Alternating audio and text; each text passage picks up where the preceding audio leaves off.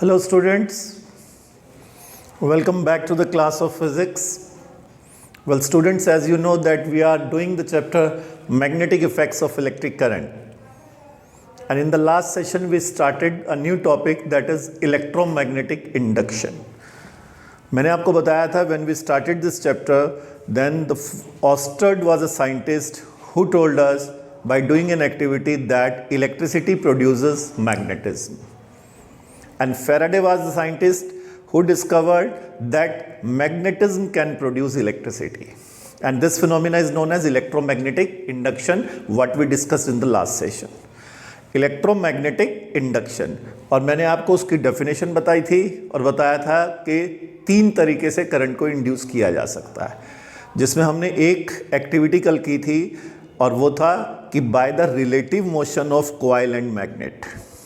Coil हमने ली थी एक मैग्नेट के नॉर्थ पोल को उसकी तरफ मूव किया था, और गैल्वेनोमीटर एक डिवाइस था जो कॉइल से अटैच था, जिसके निडल में डिफ्लेक्शन ने बताया था कि कॉइल में करंट इंड्यूस हुआ.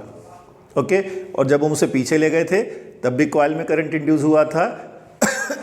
दोनों बार डायरेक्शन अलग थी, और जो इंड्यूस करंट होता है उसकी डायरेक्शन कैसे फाइंड आउट की जाती है, that we also discussed with the help of Fleming's right hand rule. और जो मैंने आपसे बताया था कि राइट हैंड रूल क्या कहता है, stretch forefinger, middle finger and thumb of right hand in such a way that they are mutually perpendicular to each other. Correct. And adjust forefinger in the direction of magnetic field and thumb in the direction of force. Then the direction of middle finger gives the direction of induced current. This is what we discussed in the last session. And today we are going to perform one more activity जिसमें फिर current induce होगा, लेकिन इस बार ये relative motion of magnet और coil से नहीं है, ये एक दूसरे तरीके से है. You just see, after that I will tell you. See, take 2 different coils of copper wire. 2 coils ले लीजिए कॉपर वायर के, ठीक है, having large number of turns, 50 से 100 टर्न्स तक हो. इसमें ध्यान रखना है कि कॉइल 1 जो सेल और बैटरी से अटैच है, इसमें टर्न्स ज़्यादा होने चाहिए कॉइल 2 के मुकाबले. अगर इसमें 100 हैं तो उसमें 50 हैं, इसमें 50 है तो उसमें 20 के आसपास, लगभग उसमें काफ़ी कम होने चाहिए, तभी एक्टिविटी के रिजल्ट्स अच्छे आएंगे. Okay, so you have to take 2 coils with large number of turns, around 50 to 100, correct, और insert them over a non cylindrical roll, और इन दोनों coils को एक non conducting यानी insulated cylindrical roll के ऊपर लपेटते हैं. correct. Now connect the coil 1 having larger number of turns with battery and plug key. This is the coil 1 and we will call it primary coil. तो primary coil which has larger number of turns, we have to connect this coil with battery and plug key.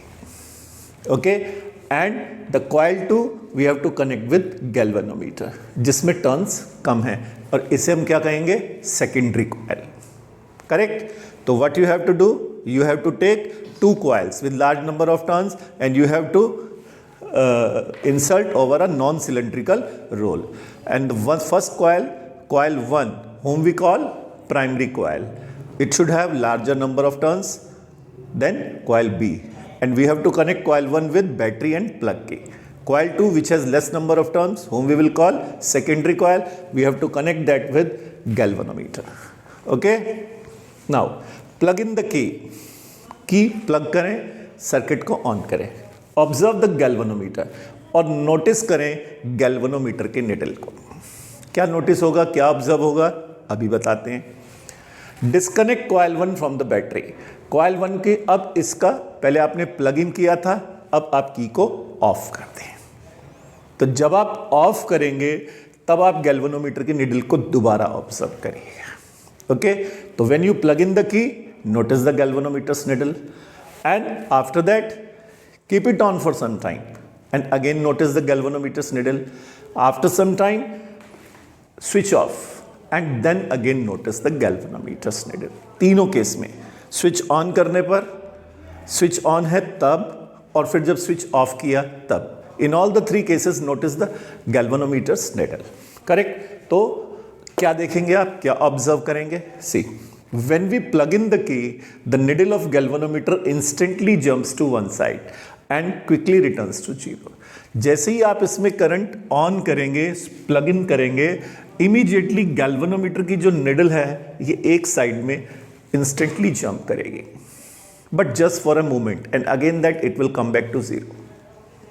Okay, और उसके बाद continuously अगर इसमें current flow होता रहेगा, आपने plug in कर दिया, तो after that you will observe कि गैल्वेनोमीटर की निडल सेंटर में रहती है, कोई डिफ्लेक्शन नहीं होता. सिर्फ जब ऑन किया था that moment you will observe a momentary deflection in the galvanometer's needle. After that it will come back again to zero. Correct. और जब आप इसे दोबारा ऑफ करेंगे तो again you will see momentary deflection in galvanometer's needle, but this time it will be in opposite side. अगर quick circuit on करने पर ये राइट साइड में गई थी तो ऑफ करने पर ये लेफ्ट साइड पे आएगी. ओके, तो वो ये कह रहा है when we disconnect coil 1 from the battery we again observe the needle momentary moves but to the opposite side. Fine. अब मैं आपको बताऊंगा ऐसा क्यों हुआ. आपने एक चीज देखी होगी, हमने प्राइमरी कॉइल में बैटरी को कनेक्ट किया, स्विच ऑन किया, स्विच ऑफ किया, लेकिन करंट किस में इंड्यूस हुआ? सेकेंडरी कॉइल में. करेक्ट. ये भी इलेक्ट्रोमैग्नेटिक इंडक्शन है. कैसे हुआ देखें.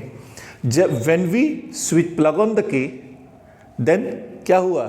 सर्किट में करंट फ्लो हुआ. करंट फ्लो होते ही इस कॉइल के आसपास क्या प्रोड्यूस हुआ? Magnetic field. Magnetic field produce होने का मतलब है मैग्नेटिक फील्ड लाइंस में चेंज आया, और मैग्नेटिक फील्ड लाइंस में चेंज होने का मतलब मैग्नेटिक फ्लक्स में चेंज आया. तो मैग्नेटिक फ्लक्स में चेंज आया इसके कॉइल 1 के, प्राइमरी कॉइल के, and this coil is quite close to the coil 1. So the magnetic field lines linked with coil 2, they also changed. Or you can say that magnetic flux linked with coil 2, that also changed. और magnetic flux जब भी change होता है, magnetic field lines में जब भी change होता है तो करंट इंड्यूस होता है. इसी वजह से यहाँ पर करंट इंड्यूस हुआ और गैल्वेनोमीटर की निडल ने डिफ्लेक्शन शो करा. लेकिन आपने जब प्लग ऑन किया, की ऑन करी, तो for a moment magnetic field lines change हुई, उसके बाद तो कांस्टेंट हो गई. तो जब तक फॉर अ मोमेंट चेंज हुई, इसलिए for a moment deflection notice किया गया. After that it became constant, तो फिर डिफ्लेक्शन जीरो हो गया. मैग्नेटिक फील्ड लाइंस कांस्टेंट है, मैग्नेटिक फ्लक्स चेंज नहीं हो रहा है, तो फिर तो डिफ्लेक्शन नहीं होगा ना.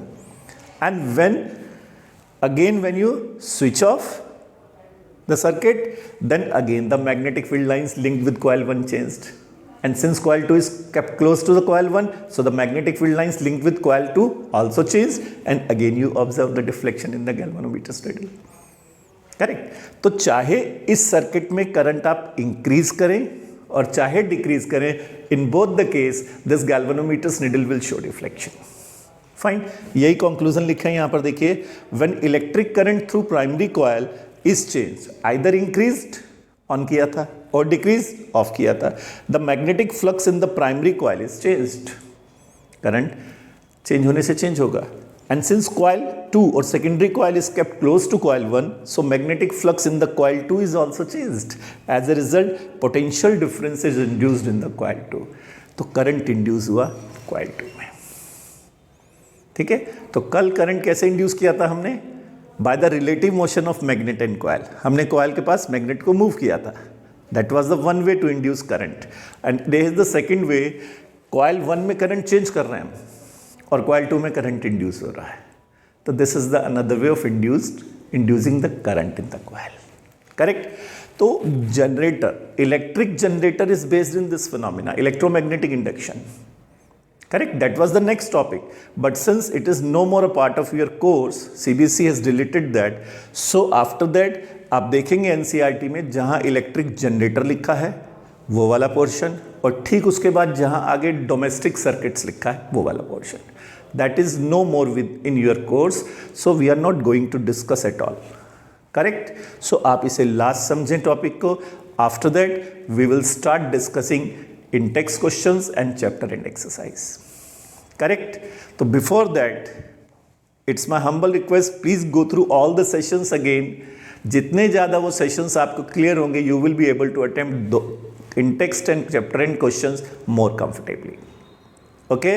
तो next session में मिलते हैं with in text questions and chapter and exercise. Till then, bye bye. Thank you very much. Stay safe, stay healthy.